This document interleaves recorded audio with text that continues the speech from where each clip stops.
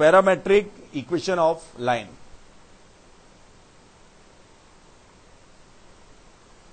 Parametric equation of line.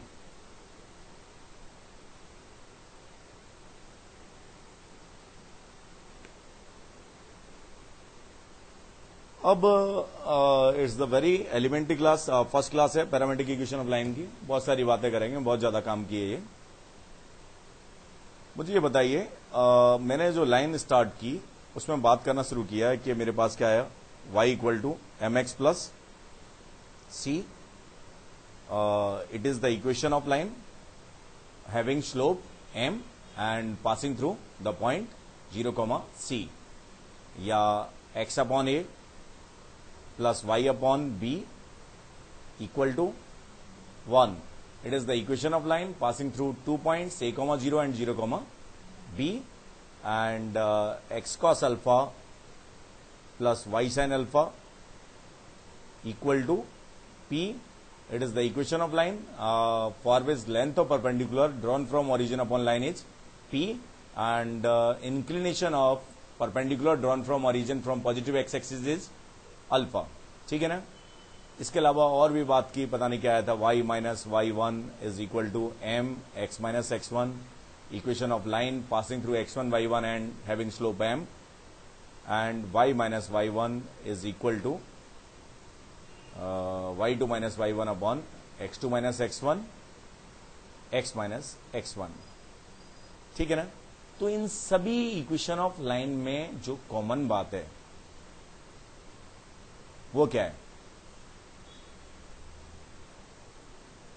ये relation form की equation of lines हैं। इसका मतलब ये सभी हमें क्या बताती हैं, एक फिक्स पॉइंट पे लाई करने वाले, एक फिक्स लाइन पे लाई करने वाले किसी भी जर्नल पॉइंट के कोऑर्डिनेट्स के बीच क्या बताती हैं, रिलेशन। Got it. मतलब ये सभी लाइंस हमें क्या बताती हैं, लाइन किसी फिक्स लाइन के पर के जर्नल पॉइंट पे लाई करने वाले जर्नल पॉइंट के किसी भी पॉइंट के कोऑर्डिनेट्स के बीच रिलेशन, और एक ऐसा रिलेशन जो बस कोऑर्डिनेट के लाइन पे लाई करने वाले पॉइंट के कोऑर्डिनेट द्वारा ही सेटिस्फाई होगा। Got it. लेकिन when we are talking about parametric equation of line, तो वो इससे एडवांस है। वो रिलेशन नहीं बताती, वो क्या बताती है कि लाइन पर लाई करने वाले पॉइंट को इन टर्म्स ऑफ पैरामीटर बताएगी। बात समझ में आ रही है। लाइन पर लाई करने वाले पॉइंट को किसके टर्म्स में बताएगी, इन टर्म्स ऑफ पैरामीटर। मतलब वो वेरिएबल पॉइंट के बीच रिलेशन नहीं बताएगी, वो क्या बताएगी, वेरिएबल पॉइंट्स को ही बताएगी। बात समझ में आ रही है। कंसंट्रेट करना कि मेरे पास क्या है, ध्यान से देखना। ये तो आता ही है। जैसे एक x में x इक्वल टू मेरे पास t है, t पैरामीटर है। t क्या है, पैरामीटर, स्टैंडर्ड नहीं है ये। और एक y इक्वल टू 3t है, t पैरामीटर है। तो ये क्या रिप्रेजेंट कर रहा है? ये एक वेरिएबल पॉइंट x, y को रिप्रेजेंट कर रहा है। अगर t पैरामीटर है तो t को मैं एलिमिनेट करूंगा तो मेरे पास क्या आ जाएगा, x इक्वल टू y/3। तो ये क्या हो गई, y इक्वल टू 3x। ये क्या है, इसकी पैरामीट्रिक इक्वेशन है। Here t is the parameter. तो अभी मैं जो फोकस कर रहा हूं वो किस बात पे कर रहा हूं, नॉर्मल इक्वेशन में और पैरामीट्रिक इक्वेशन में अंतर किसका होता है। पैरामीट्रिक इक्वेशन हमें क्या देती है, point in terms of parameter. तो कोई इक्वेशन किस कर्व को रिप्रेजेंट करती है, ये डिपेंड करता है कि उसमें पैरामीटर क्या है और उसको एलिमिनेट करने पे हमारे पास क्या आ रहा है। बात समझ में आ गई ना, ठीक है कि नहीं, बात समझ में आ गई ना। अब कंसंट्रेट करना, सॉल्विंग टेक्निक्स अलग हैं, लेकिन थोड़ा सा पैरामीट्रिक इक्वेशन का मतलब समझ में आया है क्या। पैरामीट्रिक इक्वेशन में क्या देती है, coordinates of variable terms in terms of parameter. मतलब parametric equation of any curve gives us, any curve और straight line gives us the coordinates of variable point in terms of parameter. एक statement तो लिखी लो, parametric equation of any curve और straight line, parametric equation of any curve और straight line gives us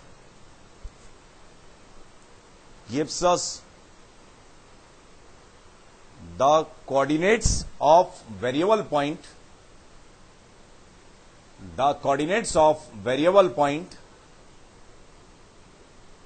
lying on curve or straight line,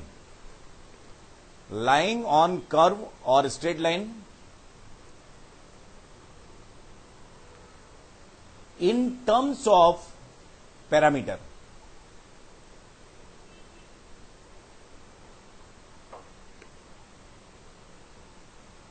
In terms of parameter.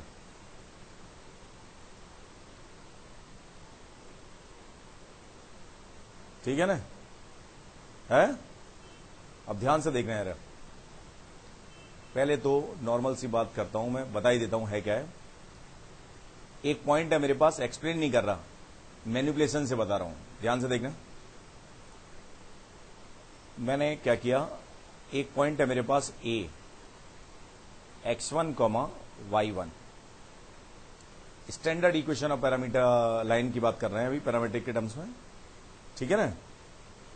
तो एक point है मेरे पास ए, x1, y1, और लाइन का स्लोप कितना है, थीटा है, अगर tan थीटा है तो लाइन की इक्वेशन क्या होगी, y minus y1 equal to tan theta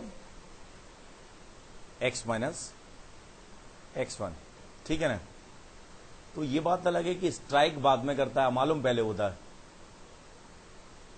मतलब स्ट्राइक पहले नहीं करता। स्ट्राइक पहले किनको करता है, साइंटिस्ट होते हैं, मतलब सॉल्विंग और जब भी हम करते हैं तो स्ट्राइक बाद में करता है, मालूम पहले होता है। ध्यान से देखना, मैंने क्या किया, इसे रीअरेंज करने की कोशिश की और वैसे ही खेल रहे थे तो रीअरेंज भी कर दिया। y माइनस y1 अपॉन क्या लिख दिया, साइन थीटा, ठीक है, इक्वल टू कितना आ जाएगा, x minus x1 upon cos theta, सही है? ऐसे लिख लिया। ये लिख लो पहले, इतना ये लाइन लिखो जरा।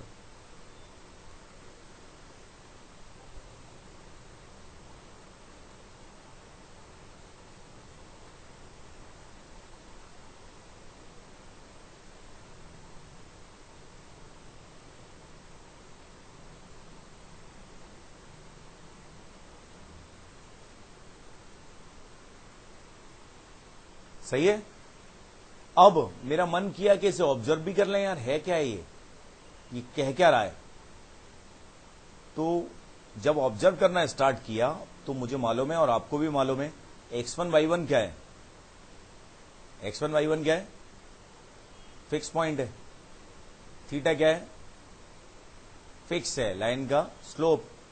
तो मैंने क्या किया, और एक्स वाई क्या है, ये लाइन बना ली, x1 y1 क्या है, इस पे फिक्स पॉइंट है। नाम दिया था क्या, कुछ क्या दिया था, है ए, x1 y1 है, सही है, ये थीटा है और P कोई x, y पॉइंट है, आगे ले लिया मैंने, सही है ना, आगे ले लिया, ठीक है। अब ध्यान से देखना है, जब मैंने ऑब्जर्व किया अगर ये थीटा है तो पैरेलल लाइन, थोड़ी सी ज्योमेट्री आती थी तो पैरेलल लाइन ड्रॉ कर ली, और कोऑर्डिनेट्स का मीनिंग भी मालूम है इसलिए यहां से भी परपेंडिकुलर ड्रॉ कर दिया। तो मैंने ये ऑब्जर्व किया कि अगर ये थीटा है तो ये भी क्या होगा, थीटा है, समझ गए ना। और x माइनस x1 का मतलब क्या होगा,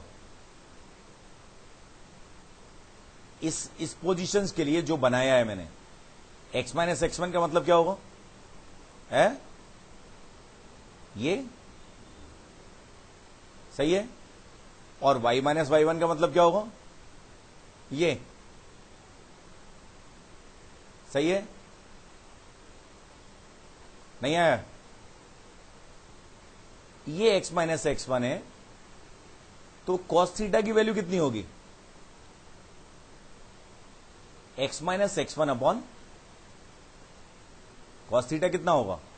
x minus x1 upon p a. तो x minus x1 upon cos theta की वैल्यू कितनी आ गई?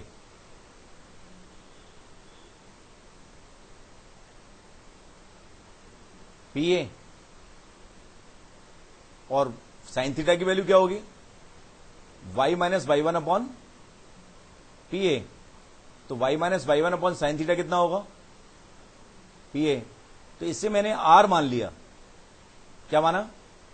r। तो ये दोनों इक्वल हैं और ये दोनों इक्वल हैं, लेकिन ये क्या रिप्रेजेंट कर रहे हैं? r। बात समझ में आ गई ना? अब ध्यान से देखना, अगर मेरे पास जो दिया है वो r है, ये है, तो यहां से एक मैं वेरिएबल पॉइंट को लिखना चाहूं, बहुत ध्यान से देखना, कंसंट्रेट करना, काफी चीजें हो चुकी हैं। अगर मैं x क्या लिखना चाहूं, x कितना आ जाएगा? x1 plus r cos theta, सही है। और y क्या आ जाएगा? y1 plus r sine theta. ये आ गया कि नहीं? तो ये पैरामेट्रिक इक्वेशन आ गई। क्यों आई? क्योंकि आर को मैं एलिमिनेट करूंगा तो मेरे पास ऐसा आ जाएगा। और वेरिएबल पॉइंट कैसे आएंगे, ध्यान से देखना। आर की जगह अगर मैं 1 रखूंगा तो यहां का पॉइंट आ जाएगा, 2 रखूंगा तो यहां का पॉइंट आ जाएगा, 3 रखूंगा तो आगे का पॉइंट आ जाएगा।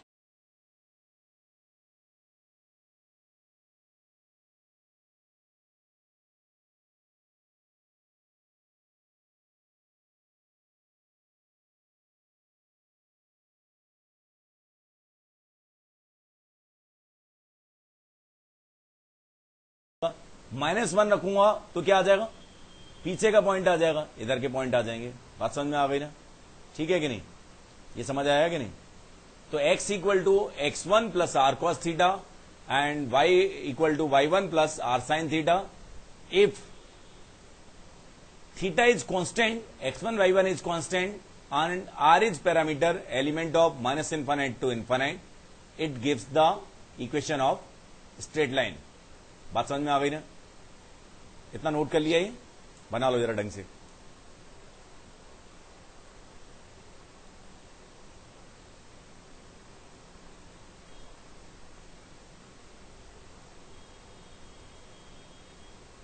जल्दी से लिख लो, स्टेटमेंट मैं नोट कराऊंगा।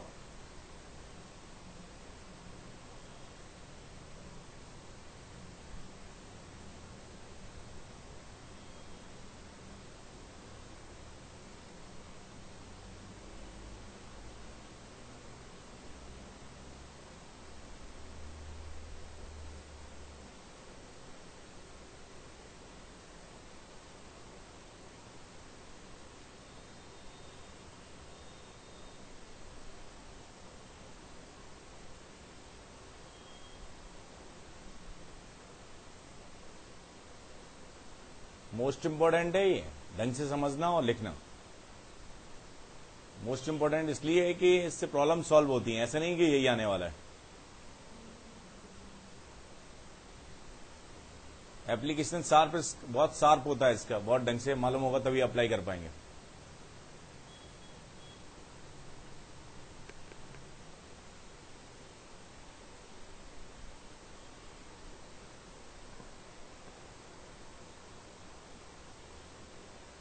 कर लिया?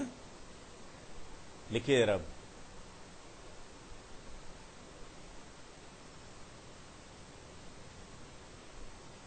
x equal to x1 plus r cos theta,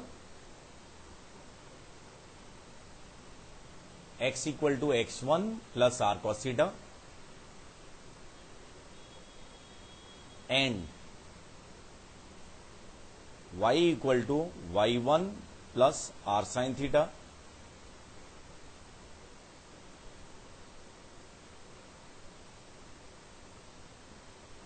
if x1 y1 is fixed point,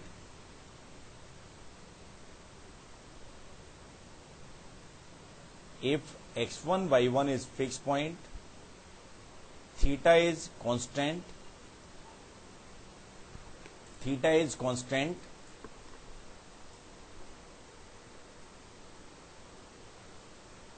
and r is parameter,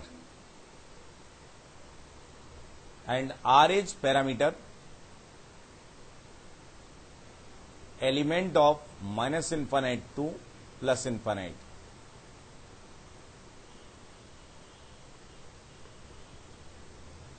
Then it represent equation of parametric line, parametric equation of line passing through x1 comma y1,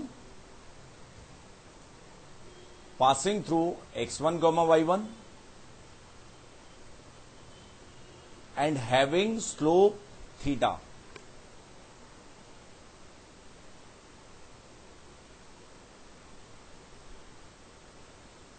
next line से लिखिए, for unique value of are,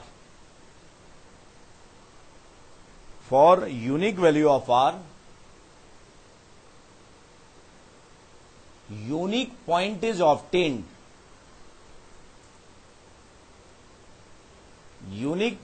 obtained, lying on line.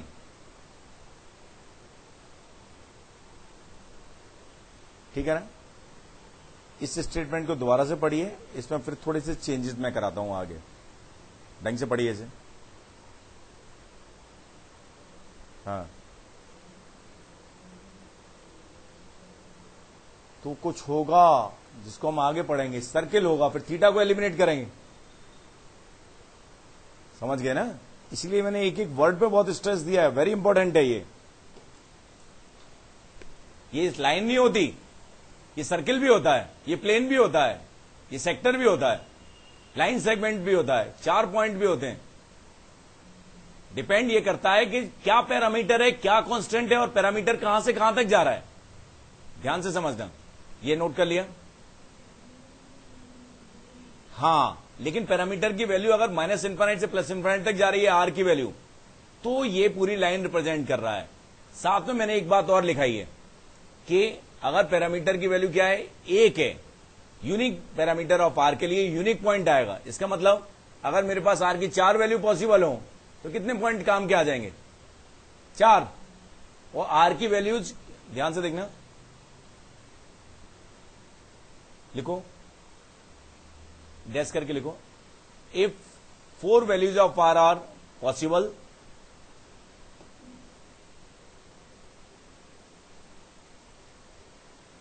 if 4 values of r are possible, then above equation gives us 4 fixed points.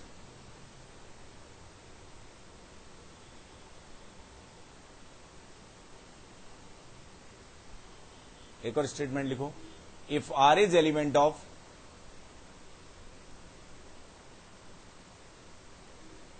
one close to infinite, then above equation gives us a ray,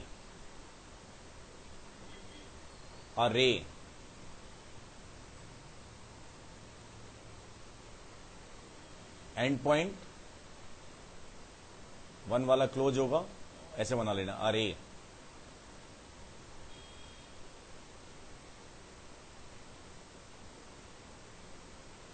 if r is element of -1 close to 3 close,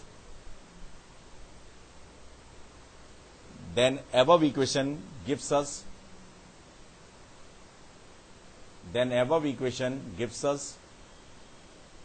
the line segment. मतलब कितने point काम के होंगे? Infinite point काम के होंगे, लेकिन पूरी लाइन के पॉइंट काम के नहीं होंगे, ये वाले पॉइंट ही काम के होंगे, जिनके लिए आर कहां से कहां तक जाएगा? -1 से 3। बात समझ में आ रही है ना? ये सब बातें फर्स्ट स्टेटमेंट में ही क्लियर हैं, बशर्ते कि वो समझ में आए। कैसे? उसमें क्या लिखा है मैंने? For unique value of r unique point is obtained. ध्यान से सुनना, आप मैं एग्जाम्पल ले रहा हूं। वहां से क्लियर होगा।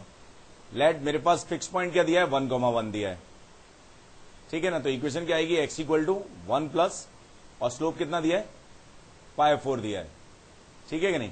तो क्या आएगी, r cos π/4 कितना होता है, r/√2 और y कितना आएगा 1 प्लस r/√2, ये आएगा कि नहीं है। ये पैरामीट्रिक इक्वेशन ऑफ लाइन होगी पासिंग थ्रू 1,1 है एंड हैविंग स्लोप π/4, इस लाइन की इक्वेशन होगी। अब ध्यान ढंग से समझना, ये 1,1 है और ये π/4 हमें दिया था। अब क्या किया मैंने कि मुझे r जो पैरामीटर है उसकी बस एक ही वैल्यू पॉसिबल है जो कि 0 है, तो क्या आएगा मेरे पास, ये वाला पॉइंट आ जाएगा, ठीक है कि नहीं। अगर r की वैल्यू 1 है पॉसिबल तो ये 1 लेंथ होगी, तो ये वाला पॉइंट आ जाएगा, एक और आ जाएगा। अगर r की वैल्यू 2 पॉसिबल है तो एक और पॉइंट आ जाएगा, ये 2 होगी लेंथ। बात समझ में आ रही है कि नहीं है। अगर r की वैल्यू कहां से कहां तक होगी, 0 क्लोज से 1 क्लोज तक होगी, तो ये लाइन सेगमेंट मेरे काम का आ जाएगा। अगर मेरे पास r की वैल्यू कहां से कहां तक होगी, 1 क्लोज से 2 ओपन तक होगी, तो ये तो इंक्लूडेड होगा, लेकिन यहां पर जाके ये वाला पॉइंट कैसा हो जाएगा, एक्सक्लूडेड हो जाएगा।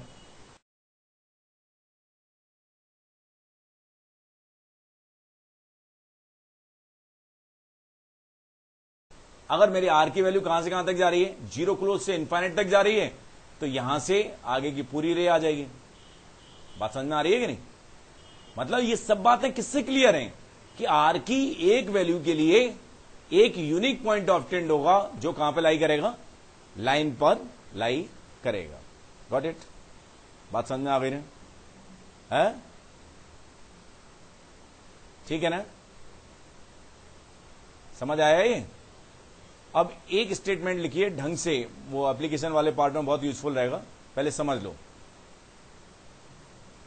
जैसे अगर मैं ये पैरामीट्रिक इक्वेशन अप्लाई कर रहा हूं डायरेक्ट, बिना पोजीशन को लोकेट किए हुए, बिना विजुलाइज किए हुए, x0 plus r cos theta and y क्या लिख रहा हूं, y0 plus r sin theta, तो यहां पे थीटा क्या होगा, स्लोप होगा, और r क्या होगा, r में भी पॉजिटिव में भी नेगेटिव। और अगर मैं पोजीशन सिचुएशन को विजुलाइज कर पा रहा हूं तो मैं लॉजिक से r डिस्टेंस को हमेशा क्या पॉजिटिव लिख के ही कोऑर्डिनेट्स रिप्रेजेंट करूंगा। बात समझ में आ गई ना। If you are applying this parametric equation, तो इसमें r क्या है, r में भी पॉजिटिव, ऊपर के पॉइंट्स के लिए पॉजिटिव, नीचे के लिए नेगेटिव। अगर ऐसा है तो इधर के पॉइंट्स के लिए पॉजिटिव, इधर के लिए नेगेटिव। तो मैं क्या करूंगा, r मेरे पास पॉजिटिव और नेगेटिव पॉसिबल है, और थीटा क्या होगा, स्लोप ऑफ लाइन। लेकिन कई बार मैं क्या करूंगा कि लॉजिक से मुझे दिखाई दे रहा है कि मैंने विजुलाइज किया और दिख गया कि एक्स कोऑर्डिनेट कम हो रहा है या बढ़ रहा है, तो उसको मैं किससे कर सकता हूं, विजुलाइज करके भी कर सकता हूं। बात समझ में आ गई ना, ठीक है कि नहीं। If you are applying this result, तो आप नोट कर लो ये गलती होती है। अगर if you are applying this result, लिख लो यार, if you are applying this result when solving problem,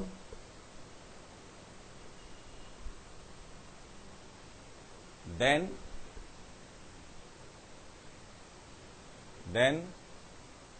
r may be positive, may be negative,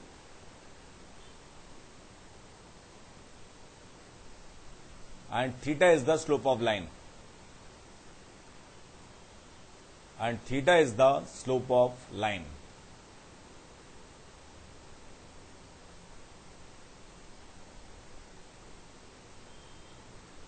ठीक है ना। And otherwise sometimes we approach the problem by logic, लिख लो यार, वो आगे प्रॉब्लम करेंगे तो समझ में आ जाएगा।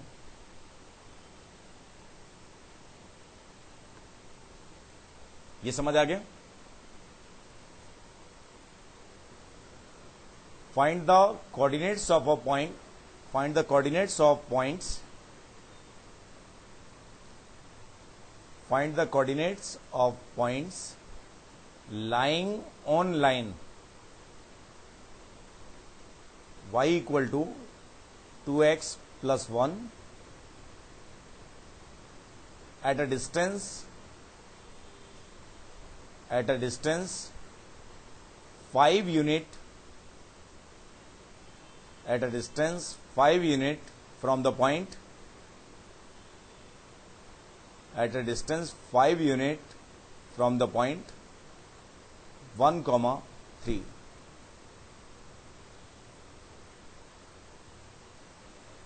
अटेम्प्ट लीजिए, ध्यान से पढ़िए प्रॉब्लम को,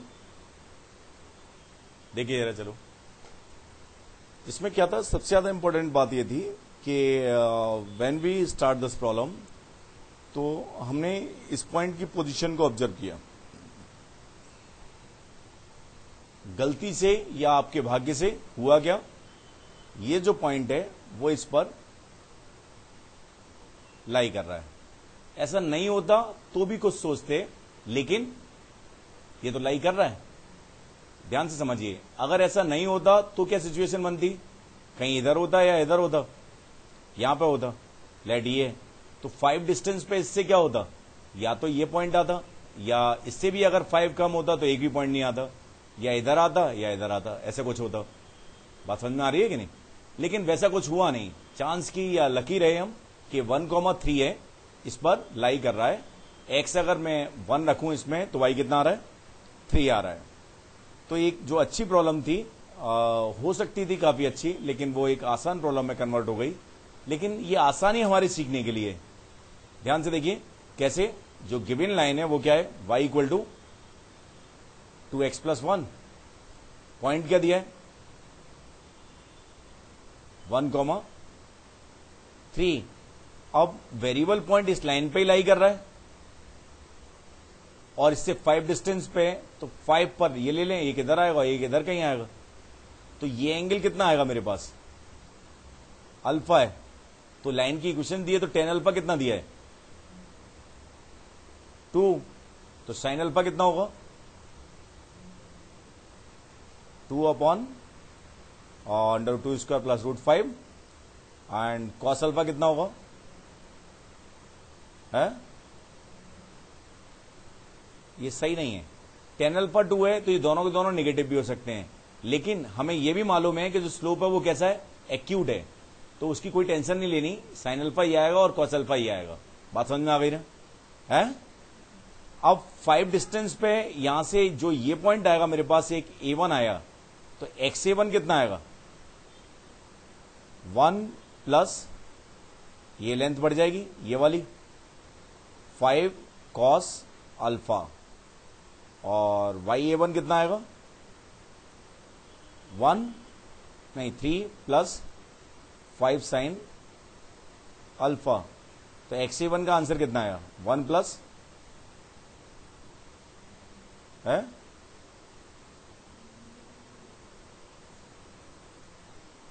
1 + √5, और YA1 का मतलब क्या है, 3 प्लस है 2√5। XA2 कितना आएगा, कम हो जाएगा, 1 - √5 आ जाएगा, एंड YA2 कितना आएगा, 3 - 2√5। Got it?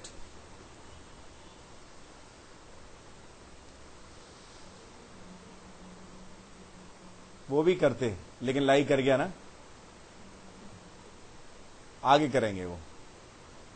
पहली प्रॉब्लम में ऐसा नहीं करेंगे ना, नहीं लाई करता तो भी सोचते कुछ, सोचना अपना काम है, सबसे बड़ी लिबर्टी है, और सोचना भी है। बात समझ में आ गई ना? लेकिन सीक्वेंस में सोचना है, तो सिस्टमेटिक जाएंगे तो बेटर रहेगा। ये बात समझ में आ गई ना? ये समझ आया कि नहीं? अच्छा ये बताइए कि मैंने वो बात ही क्यों की, मेरे दिमाग में क्या सोचा होगा मैंने ये सोचा कि ऐसा तो नहीं कि वो बताना है अभी, उसके बारे में थोड़ी सी क्यूरियोसिटी डेवलप हो जाए, इसलिए वो मैंने बात की कि वो पॉइंट तो मुझे मालूम था लाई कर रहा है। जब मैंने प्रॉब्लम मैंने ही दी है, तो इसका मतलब क्या है, मैंने सोच के ही दिया था कि प्रॉब्लम इस पे लाई कर रही है, लेकिन इस बात को मैंने रिपीट भी किया कि इस पे लाई कर रही है, नहीं भी कर सकती थी, तो थोड़ी सी क्यूरियोसिटी डेवलप हो। ये समझ आ गया? ठीक है कि नहीं? ये समझ आया कि नहीं? अब आगे ध्यान दो, लेकिन मैं ये चाहूंगा कि ये प्रॉब्लम हम नॉर्मल अप्रोच से भी करें। अल्टीमेटली कोऑर्डिनेट में क्या है कि सॉल्विंग में हिच नहीं, मतलब झिझक नहीं होनी चाहिए। जो तरीका में स्ट्राइक कर रहा है उससे आना चाहिए। बात समझ में आ रही है कि नहीं? थोड़ा सा। और सॉल्विंग में जो भी अप्रोच है कोई अच्छी बुरी नहीं होती है, क्योंकि प्रॉब्लम सॉल्विंग में वही वाला हिसाब किताब होता है कि तलवार से भी कुछ नहीं हो सकता जहां पर सुई की जरूरत है। मतलब अल्टीमेटली होता क्या है कि कोई भी अप्रोच है वो स्पेसिफाइड होती है। किसी प्रॉब्लम के लिए कोई ज्यादा अच्छी है और किसी प्रॉब्लम के लिए कोई दूसरी ज्यादा अच्छी है। ढंग से देखना है। मेरे पास गिवन क्या था? एक पॉइंट क्या दिया मैंने? क्या गिवन था? ए गिवन था। इसके कोऑर्डिनेट्स क्या थे? 1,3। और जो दूसरा पॉइंट था वो एक फिक्स लाइन पे था। तो यहां पर ये टेक्निक आपको सीखनी चाहिए। फिक्स लाइन क्या थी? y equal to 2x+1। तो अगर मैं वेरिएबल पॉइंट मानूंगा तो मैं ऐसे वेरिएबल पॉइंट कभी नहीं मानूंगा। कैसे? x1, y1। अगर इस लाइन पे कोई पॉइंट लाई कर रहा है, कभी भी कोई भी पॉइंट किसी लाइन पे लाई कर रहा है और उसे आपको वेरिएबल मानना है, तो डायरेक्टली उसे सेटिस्फाई करने वाला पॉइंट मानना चाहिए। मैं क्या मानूंगा? Lambda, 2 lambda plus 1। तो कम से कम एक वेरिएबल से तो टेंशन मुक्ति मिली। जो वेरिएबल पॉइंट हमें निकालने हैं वो किस पे लाई करना है? इस लाइन पे। तो मैं x1, y1 मानूं, फिर उसके बाद एक इक्वेशन लिखूं कि y1 इक्वल टू क्या होगा? 2x1+1। तो इससे अच्छा क्या होगा कि मैंने पॉइंट ही क्या मान लिया जो इसे सेटिस्फाई कर रहा है, लैम्डा, 2 लैम्डा प्लस 1। बात समझ में आई नहीं? नहीं आई?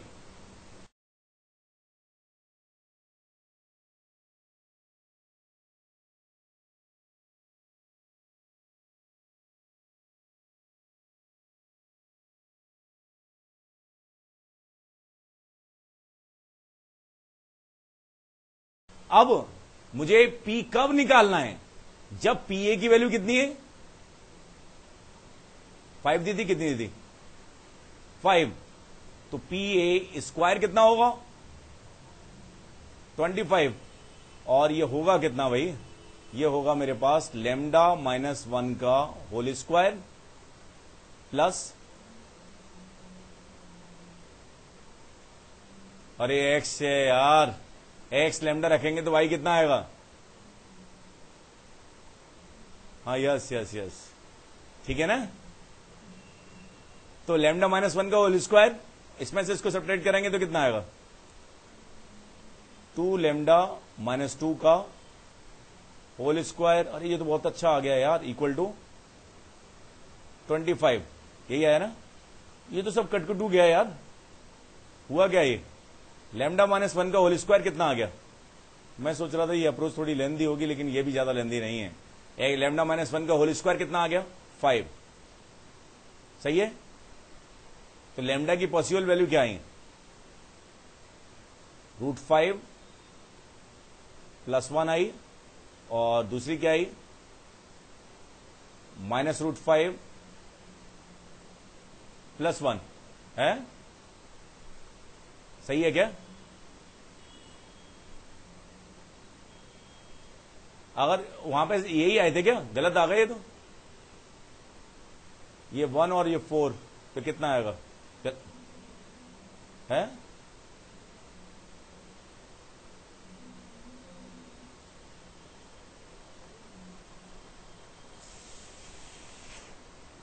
क्या गड़बड़ किया यार? y2 - y1 कितना आएगा? सही तो है।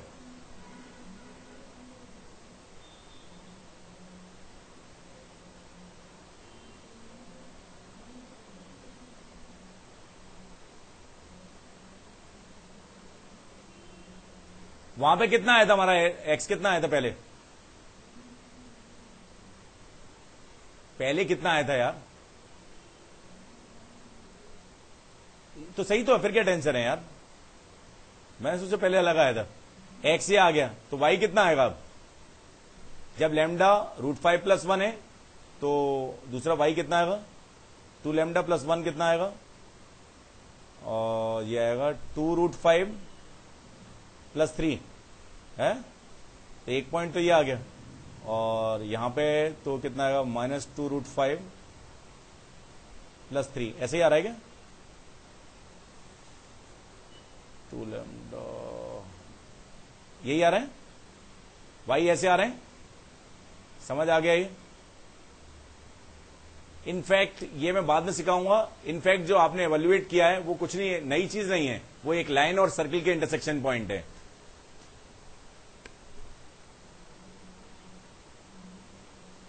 इनफैक्ट क्या है, रियलिटी क्या है इस प्रॉब्लम की, कि जो आपने एवेल्युएट किए हैं वो एक लाइन और सर्किल के इंटरसेक्शन पॉइंट है। ये बात बाद में समझ में आएगी, इतना तो कल बताया था ना, अब वो ढंग से समझ में आ जाएगा। पैरामेट्रिक का ही तो था, अवॉइड कर दिया था। ये अब समझ में आ गया होगा, ये समझ आ गया कि नहीं? नेक्स्ट लिखिए।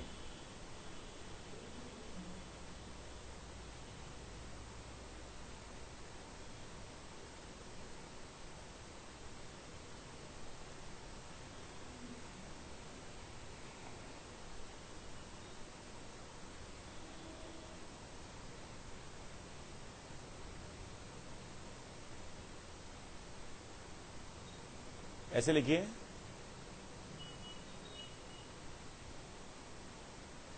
बहुत आसान सी प्रॉब्लम दे रहा हूं। A00 A00 B 5,0 and C are the vertices of triangle, are the vertices of equilateral triangle, are the vertices of equilateral triangle. Then find possible coordinates of point C. Then find possible coordinates of point C. इसकी एक approach मैं बताऊंगा और 2-3 approach आपको अपने आप करनी है। क्या? नहीं? अरे भैया, कोऑर्डिनेट में ज्यादा फॉर्मूले नहीं होते, कंसेप्ट रहते हैं। लेकिन कंसेप्ट नहीं सीखोगे तो फिर फॉर्मूले पे फॉर्मूला चलेगा, ये समझ में आएगी कि कौन सा फॉर्मूला अप्लाई करें और कौन सा छोड़ दें।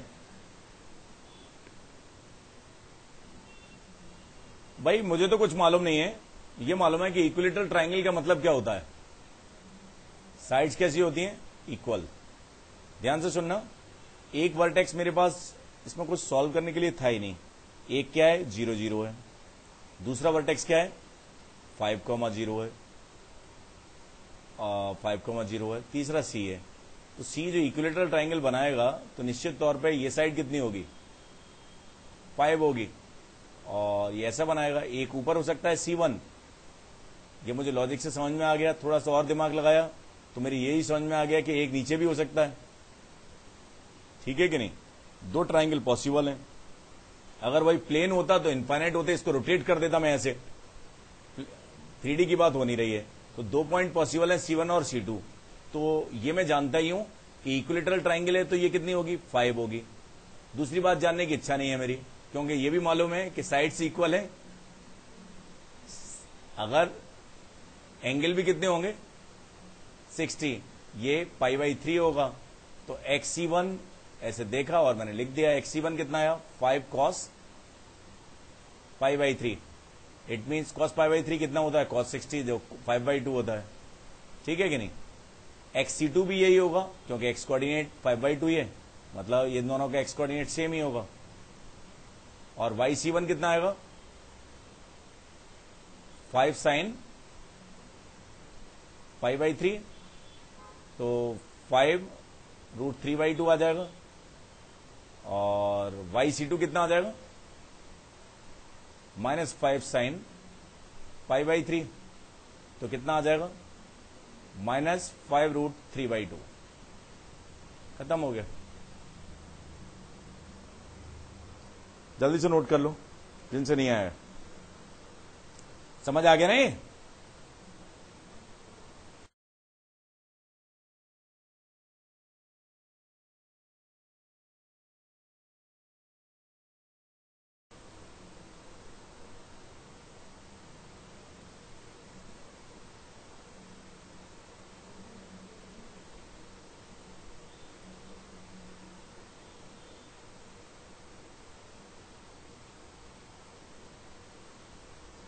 इनफैक्ट आप ऐसे भी जा सकते थे कि इस मिड पॉइंट के कोऑर्डिनेट्स क्या होंगे, 5/2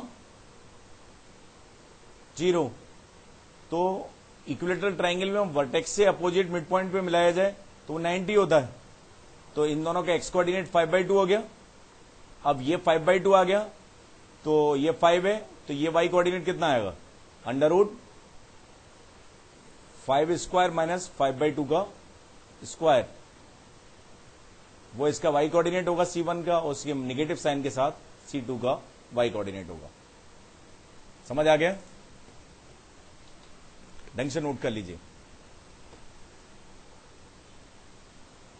ठीक है।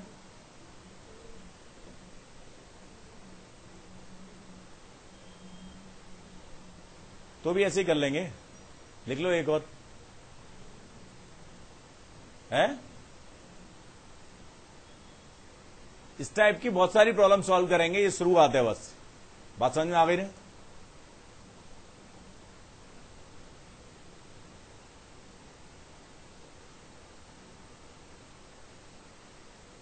सिंपलेस्ट वन है, और भी प्रॉब्लम इस टाइप की आगे मैं लूंगा, ये समझ में आनी चाहिए। लेकिन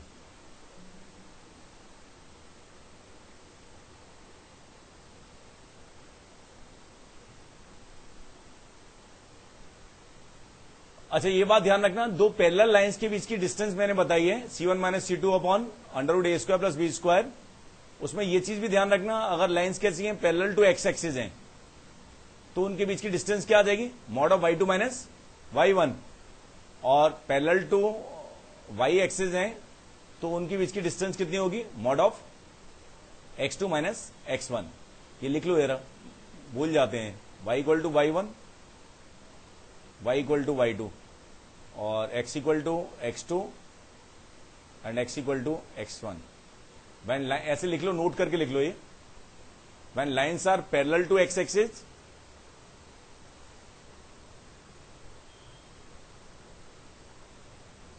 when lines are parallel to x-axis,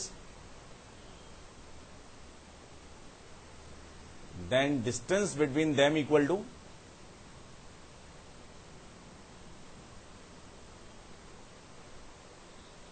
मतलब x एक्सिस के पैरेलल लाइंस कैसी होंगी, y equal to y1 and y equal to y2।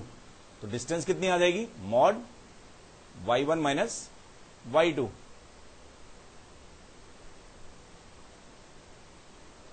And y axis के पैरेलल लाइंस कैसी होंगी, ये लॉजिक से आ रहा है ना, x equal to x1 and x equal to x2 mod x2 minus x1। समझ गए? इन लाइंस की कैटेगरी अलग ही होती है, हर केस में मैं बता रहा हूं ये बात समझ में आ गई है? ठीक है, ठीक।